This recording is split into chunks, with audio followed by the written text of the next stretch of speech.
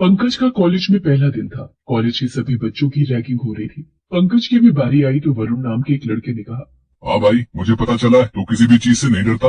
वरुण भाई, इसके बारे में यही पता चला है कि इसे बिल्कुल भी डर नहीं लगता है, भले ही इसे कितनी भी अंधेरी रात में कहीं भी भेज दो। फिर तो रैगिंग में बहुत मजा आने वाला है। चल सुनील, इसे भी शमशान की रात वाली रैगिंग देते हैं। सिट्टी पिट्टी गुम ना हो जाए तो मेरा नाम बदल देना। हाँ वरुण, ये बहुत बढ़िया रहेगा। चल भाई, आज रात 12 बजे तू अकेला शमशान में रहेगा, वो भी पूरा 1 घंटा। फिर देखते हैं, तुझे डर न लगे तो हमारा नाम बदल देना। और अगर तू 1 घंटे में 2 मिनट पहले भी बाहर आया तो अगले दिन दोबारा तुझे शमशान में 1 घंटा रात गुजारनी होगी। वरुण और सुनील कॉलेज के सीनियर थे। वो कॉलेज में आने वाले फर्स्ट ईयर के स्टूडेंट्स की रैगिंग किया करते थे। उन्होंने पंकज को रात 12 बजे शमशान में 1 घंटा रुकने के लिए कहा और रात 12 बजे वरुण और सुनील पंकज के साथ शमशान के गेट के बाहर पहुंचे। चल, तेरा समय शुरू होता है, अब जा अंदर और 1 घंटे से पहले बाहर मत आना। हे ईश्वर, मेरी मदद करना। मुझे अपनी कोई चिंता नहीं है, मुझे कुछ भी हो जाए, पर माँ बाबूजी ने मुझे शहर में पढ़ने भेजा है। अगर मुझे कुछ हो गया तो वो जीवित नहीं रह पाएंगे। मुझे नहीं पता था कि मुझे कॉलेज में आकर ये सब देखना पड़ेगा। पंकज शमशान के अंदर जाता है। वो घबराता है, लगातार डरता है। सुनसान अंधेरी रात में पंकज धीरे धीरे शमशान के अंदर बढ़ रहा है। वो एक पेड़ के पास जाकर खड़ा हो जाता है। पंकज, ये वरुण और सुनील तुम पर तरस नहीं खाएंगे, तुम्हें नहीं छोड़ेंगे। ये लोग सबकी रैगिंग करते हैं। तुम कौन हो और तुम मेरा नाम कैसे जानते हो, और तुम्हें कैसे पता कि वरुण और सुनील मेरी रैगिंग कर रहे हैं? अरे मैं तुम्हारे कॉलेज में ही तो पढ़ता हूँ, तुम मुझे नहीं जानते, पर मुझे तुम्हारे बारे में सब पता है। तुम इस कॉलेज में नए आए हो। अच्छा, तुम इसी कॉलेज में पढ़ते हो, तुम्हें मैंने कभी नहीं देखा। अरे वो मैं छुट्टियों के लिए घर गया हुआ था तो आज ही वापस आया हूँ। मुझे लगता है अब 1 घंटा बीत चुका है, तुम्हें अब जाना चाहिए। तुम मेरे साथ नहीं चलोगे? तुम्हारा घर कहाँ है? मेरा घर तो यही है पास में, मैं यही रहता हूँ, पैदल का रास्ता है, मैं चला जाऊंगा। ठीक है, फिर तुम मुझे कल कॉलेज में मिलना, मैं तुम्हारा वेट करूंगा। निखिल से मिलकर पंकज को थोड़ी सांत्वना मिलती है और उसकी घबराहट भी दूर हो जाती है। जब पंकज सही सलामत शमशान से बाहर आता है तो वरुण और सुनील उसे देखकर चौंक जाते हैं। यार वरुण, ये तो मुस्कुराता हुआ बाहर आ रहा है, जैसे कोई मूवी देखकर आ रहा हो। इसे तो बिल्कुल डर नहीं लगा, बल्कि 1 घंटा 10 मिनट तक ये शमशान में रुका रहा। वरुण, सुनील, मैंने ये टास्क पूरा कर लिया है, अब मैं हॉस्टल जा रहा हूँ, कल मिलूंगा, बाय। ऐसा कैसे हो सकता है? इस टास्क को पूरा करने में तो न जाने कितनों की सिट्टी पिट्टी गुम हो जाती है, और इसने इतनी निडरता से ये टास्क पूरा कर लिया। अगले दिन पंकज निखिल को ढूंढ रहा था, तभी निखिल आ जाता है। कैसे हो दोस्त? किसे ढूंढ रहे थे?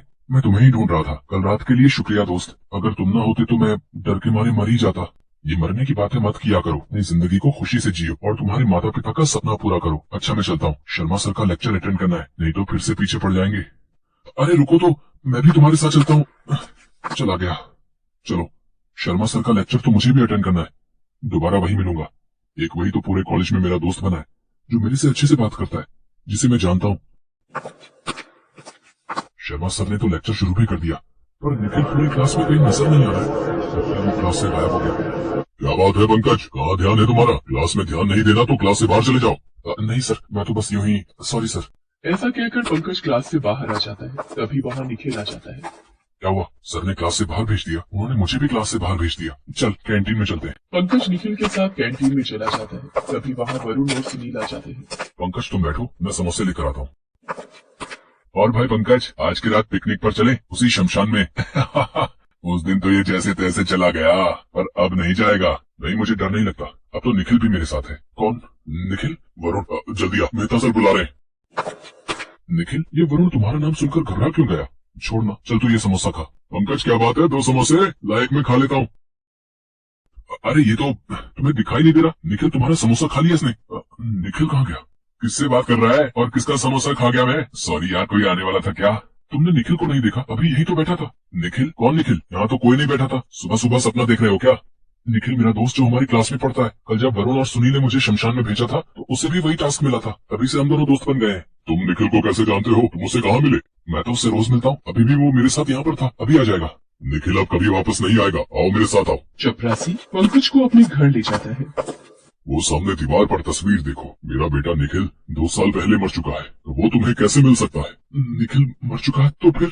2 साल पहले निखिल की लाश शमशान में खून से लहूलुहान पड़ी मिली थी। मेरा बेटा निखिल मारा गया। मेरी ही गलती थी कि मैंने उसे इस कॉलेज में पढ़ने के लिए कहा।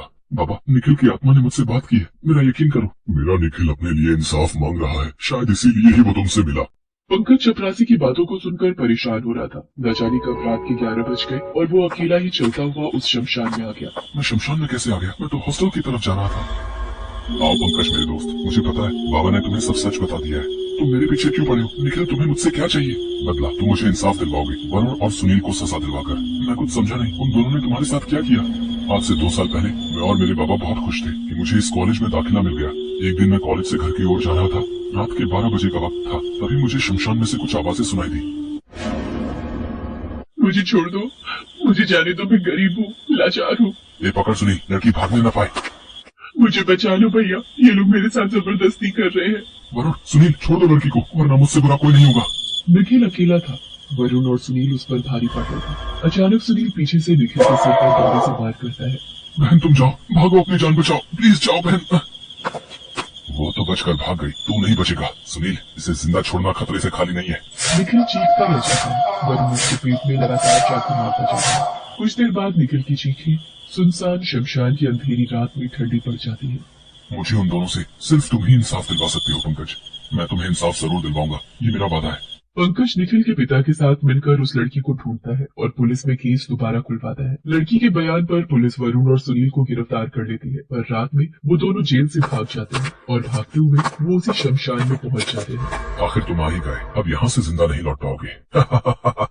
तभी पंकज और निखिल के पिता पुलिस के साथ वहां आ जाते हैं। हमें माफ कर दो, हमें माफ कर दो निखिल, हमने ही तुम्हें मारा था, हमसे गलती हो गई। हमें छोड़ दो निखिल, हमें माफ कर दो। पर निखिल वरुण और सुनील दोनों का गला दबाकर मार देता है। पंकज की आंखें भी आंसुओं से भर आती हैं। निखिल के पिता भी रो पड़ते हैं। आज उनके बेटे को इंसाफ मिल